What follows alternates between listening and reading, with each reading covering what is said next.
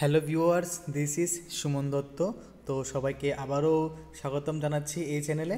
তো সবার আগে আমি ওই 50 জন ভিউয়ার্সকে আমি কি বলবো, ওদেরকে মানে অসংখ্য ধন্যবাদ। তোমাদের জন্য আজকে আমি আরও মোটিভেট লাভ করছি যে নতুন নতুন ভিডিও বানানোর। দেখো, ভিডিও বানানোর কিন্তু একদম ইচ্ছা নেই। ইচ্ছা নেই কারণ সময় পাচ্ছি না, পড়াশোনার চাপ বেশি। তবুও আমার ইচ্ছা যে আমি যা যা পড়বো সব আমার বন্ধুদের সাথে শেয়ার করব। তার জন্য আজকে শেয়ার করছি। সকালে উঠে লিখলাম দীনবন্ধু মিত্র, মানে সকালে ঘুম থেকে এটা পড়লাম। যে রুটিনটা আমি তোমাদের দিয়েছি 4টায়, ওই 4টার সময় উঠেই পড়ে প্লাস লিখেছি। ঠিক আছে? তো আশা করি তোমাদের কাছে ভালো লাগে থাকবে। আর যদি তোমরা এটা পেরে থাকো, মানে আমার তো মুখস্থ হয়নি এখনও, আমি জাস্ট পড়া শুরু করলাম। আবার হয়তোবা অনেকের পড়া অলরেডি শেষ, রিভাইজ চলছে, সমস্যা নেই, তোমরা দেখতে পারো। তো দীনবন্ধুর আরেকটি নাম কি? দীনবন্ধুর আরেকটি নাম হলো গন্ধর্ব নারায়ণ। কি? গন্ধর্ব নারায়ণ। ওকে। তিনি নদিয়া জেলার কাঁচরাপাড়া স্টেশনের কাছে চৌবেরিয়া গ্রামে 1830 সালে জন্মগ্রহণ করেন। কোথায়? নদিয়া জেলার কাঁচরাপাড়া স্টেশনের কাছে চৌবেরিয়া গ্রামে। ওনার মৃত্যু হয় 1873 সালে 1ই নভেম্বর, মানে 1 নভেম্বর। এই যে তিনি সাহিত্য জগতে কীভাবে আসেন? তিনি সাহিত্য জগতে ঈশ্বরচন্দ্র গুপ্তের শিষ্য হিসাবে প্রবেশ করেন। ঠিক আছে? ওনার পেশা ছিল ডাক বিভাগের উচ্চ পদস্থ কর্মী। ওনার পত্নীর নাম অন্নদা সুন্দরী। তো এই যে নীলদর্পণ নাটকটি, এটা উনি রচনা করেছিলেন। ঠিক আছে? কবে? 1860 সালে। তো এই মনে রাখবে, এই যে নীলদর্পণ নাটকটি কিন্তু খুবই মানে অনেক রকমের ব্যঙ্গাত্মক হয়েছে, মানে ওটা নিয়ে গিয়ে সবাই হাসিটা উড়িয়েছে।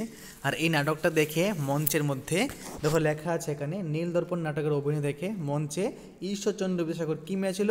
জুতা মেরেছিল। ঠিক আছে? তো খুবই একটা ইউনিক নাটক একটা এটা। তো এখানে তিনি একটা উপাধি লাভ করেন, রায় বাহাদুর। ঠিক আছে? কবে? 1871 সালে। ঢাকা থেকে তার প্রথম প্রকাশিত গ্রন্থ কি? নীলদর্পণ। এ নেটিভ ছদ্মনামে নীলদর্পণ নাটকটি কে রচনা করেছেন? মাইকেল মধুসূদন দত্ত। কি নামে? A native ছদ্মনামে। রায় দীনবন্ধু মিত্র বাহাদুরের জীবন ও গ্রন্থাবলী সমালোচনা নামে নিবন্ধটি কে লেখেন? বঙ্কিমচন্দ্র চট্টোপাধ্যায়। নবীন মাধব চরিত্রটি কোথায় আছে? নীলদর্পণে আছে। মানে নীলদর্পণে এই নবীন মাধব চরিত্রটি আছে, মনে রাখবে। তো ওনার লেখা কিছু প্রহসন, 4টা আছে প্রহসন। এটা 7বার একাদশী আর এটা বিয়ের পাগলা বুড়ো। এই দুইটা কবে প্রকাশিত হয়? 1866 সালে। মনে রাখবে কি? 7বার একাদশী, এটা হলো বিয়ের পাগলা বুড়ো। তারপর জামাই বারিক 1872 সালে, আর লীলাবতী 1867 সালে। ঠিক আছে? এ হলো ওনার প্রহসন। তো ওনার স্বদেশ প্রেমমূলক নাটক একটা নীলদর্পণ। শেষ। কি? একটা নীলদর্পণ, 1860। ওনার রোমান্টিক নাটক 2টা, একটা নবীন তপস্বিনী, একটা কমলে কামিনী। তো নবীন তপস্বিনী লিখেছেন 1863 সালে, মনে রাখবে। তার ঠিক 10 বছর পর, মানে 73-এ তিনি কী লিখেছেন? কমলে কামিনী লিখেছেন। তো এই রোমান্টিক নাটকগুলো কিন্তু মনে রাখবে। কি? নবীন তপস্বিনী আর হলো কমলে কামিনী। তো কে নীলদর্পণ নাটকটি ইংরেজি অনুবাদ করে নাম দেন Nildarpan or the indigo planting mirror? Michael Madhusudan Dutt. অন্যভাবে প্রশ্ন করতে পারে যে এই যে দীনবন্ধু মিত্রর নীলদর্পণ নাটকটি কে ইংরেজিতে অনুবাদ করেন? তখন লিখবে মাইকেল মধুসূদন দত্ত। ইংরেজি শিক্ষিত নব্য যুবকদের মদ্যপান ও বারবনিতাকে সঙ্গে নিয়ে তিনি ব্যঙ্গ করে কী লিখেছেন? 7বার একাদশী প্রহসন লিখেছেন। সমাজের প্রাচীনপন্থীদের ব্যঙ্গ করে বিয়ের পাগলা বুড়ো প্রহসন রচনা করেছেন। ঠিক আছে? নীলদর্পণ নাটকটি মেহেরপুরের। ঠিক আছে? এই যে নাটকটি, এই নাটকটি তোমার নীলদর্পণ নাটকটি মেহেরপুর একটা জায়গা আছে, ওই জায়গার উপর ডিপেন্ড করে বানানো হয়েছে।